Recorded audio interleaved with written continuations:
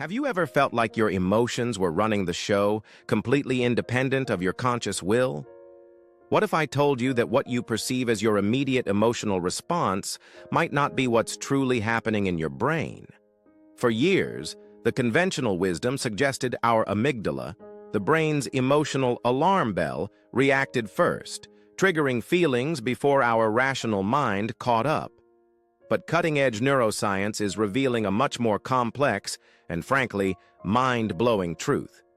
Consider the Leuven emotional Stroop task from 2005.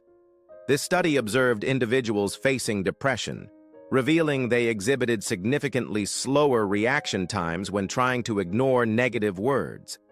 This wasn't just a mood issue. It pointed to how depression literally alters the brain's pathways for processing emotional information, creating what we can call emotional traffic jams. But here's the real twist. A more recent 2010 study challenged the amygdala-first myth, showing that in some cases, your prefrontal cortex, your brain's command center, can actually suppress the amygdala's response before you even consciously experience the emotion. Think about that for a second.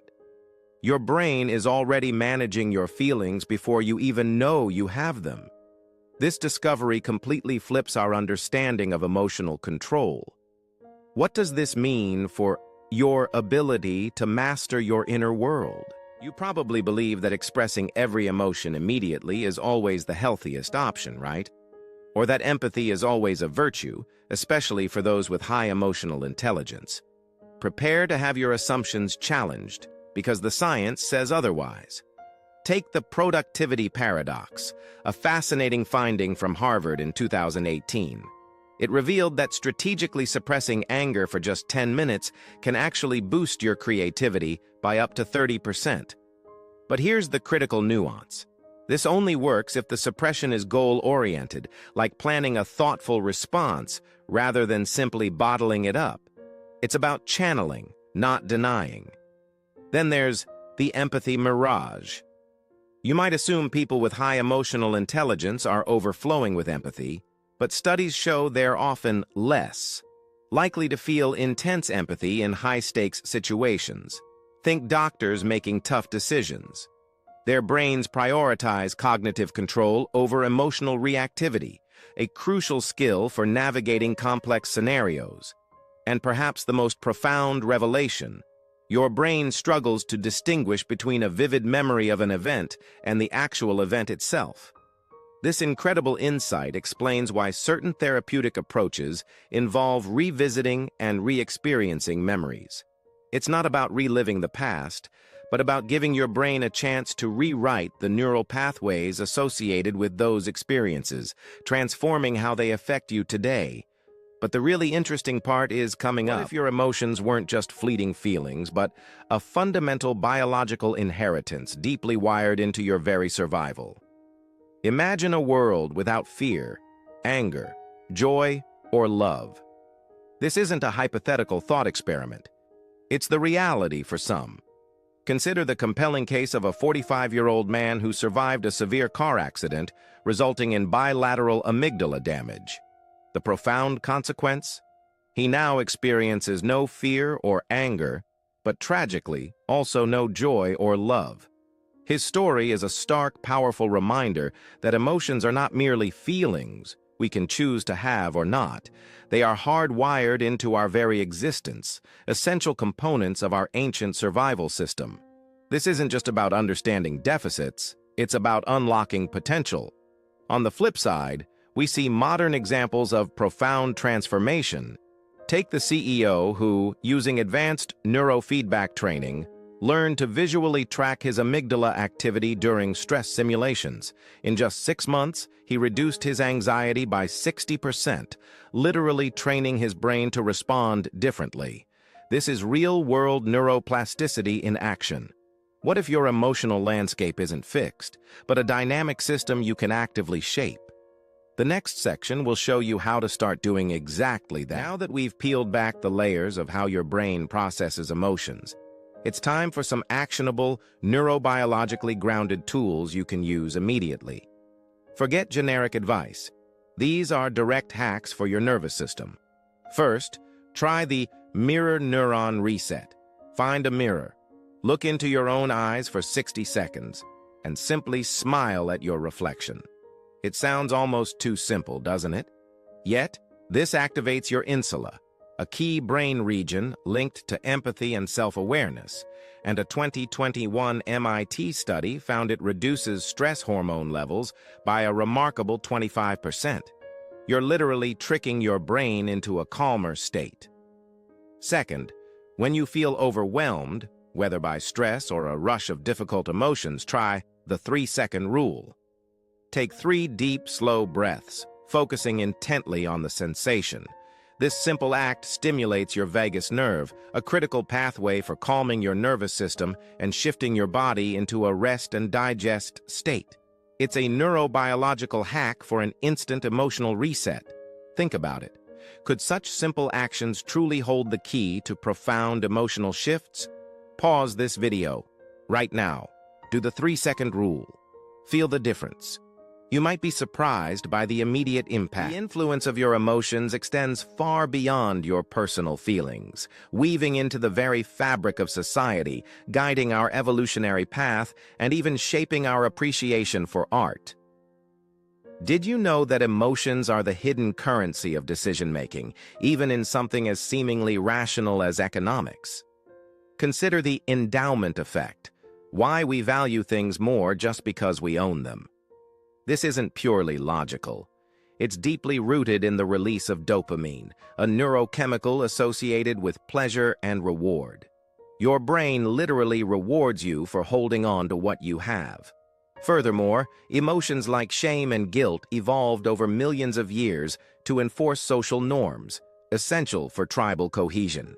But in our modern world, these ancient programs can sometimes be misaligned with our individual goals.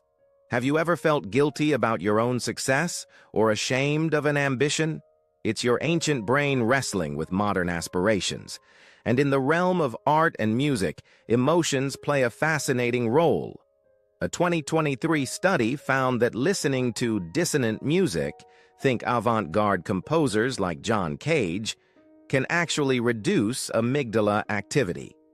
This suggests that engaging with discomfort, even through art, might be a tool for building emotional resilience, rather than just seeking constant harmony. What you are about to learn next will surprise you even more, revealing just how deeply emotions are intertwined with your very sense of self. Prepare for another mind-blowing revelation that might change how you perceive your deepest hurts. We often talk about physical pain and emotional pain as distinct experiences, but your brain has a shocking secret. The insula, that gut-feeling center we discussed earlier, is actually more active during social rejection than during physical discomfort. Think about that for a second. The sting of being left out or misunderstood literally registers with a greater intensity in a key part of your brain than many physical sensations. This explains why emotional wounds can feel so profound, sometimes hurting more and lingering longer than physical ones. It's not all in your head in a dismissive way. It's a neurobiological reality. And here's another hidden truth. Your brain cannot simply turn off emotions. Trying to suppress them is like trying to hold a beach ball underwater. Eventually, it will spring back up, often with more force. However, your brain can recontextualize them. The powerful technique of reappraisal, consciously reframing a stressor or a difficult emotion, has been shown to increase prefrontal cortex activity by 40%. This doesn't make the emotion disappear, but it literally makes it feel smaller and more manageable by shifting how your brain processes its significance. It's about changing the narrative your brain tells itself.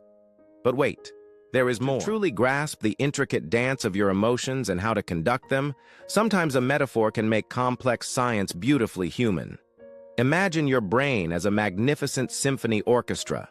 The amygdala, that ancient emotional core, is like the powerful, impulsive violin section, capable of soaring melodies or dramatic crescendos. Then you have the prefrontal cortex, your logical, strategic mind, which acts as the conductor, guiding and balancing the entire ensemble. Emotional regulation isn't about silencing the violins, it's about composing a harmonious score, ensuring every section plays its part without overwhelming the others. You're learning to be the master conductor of your own inner symphony. Now consider your emotions as a mighty river. If you try to suppress them, to ignore their flow, it's like building a dam. Eventually the pressure builds, and the water, your emotions, will find a way out, often in an uncontrolled flood. But with the power of neuroplasticity, you can create guided channels. You can direct the flow of that powerful emotional energy toward productive outcomes, learning, growth, and resilience. It's about conscious redirection, not futile suppression. Are you ready to pick up your baton and begin composing your own emotional masterpiece? This isn't just another motivational pep talk designed to make you feel good for a few minutes. We've delved into the deep neurochemical reality of your emotional landscape.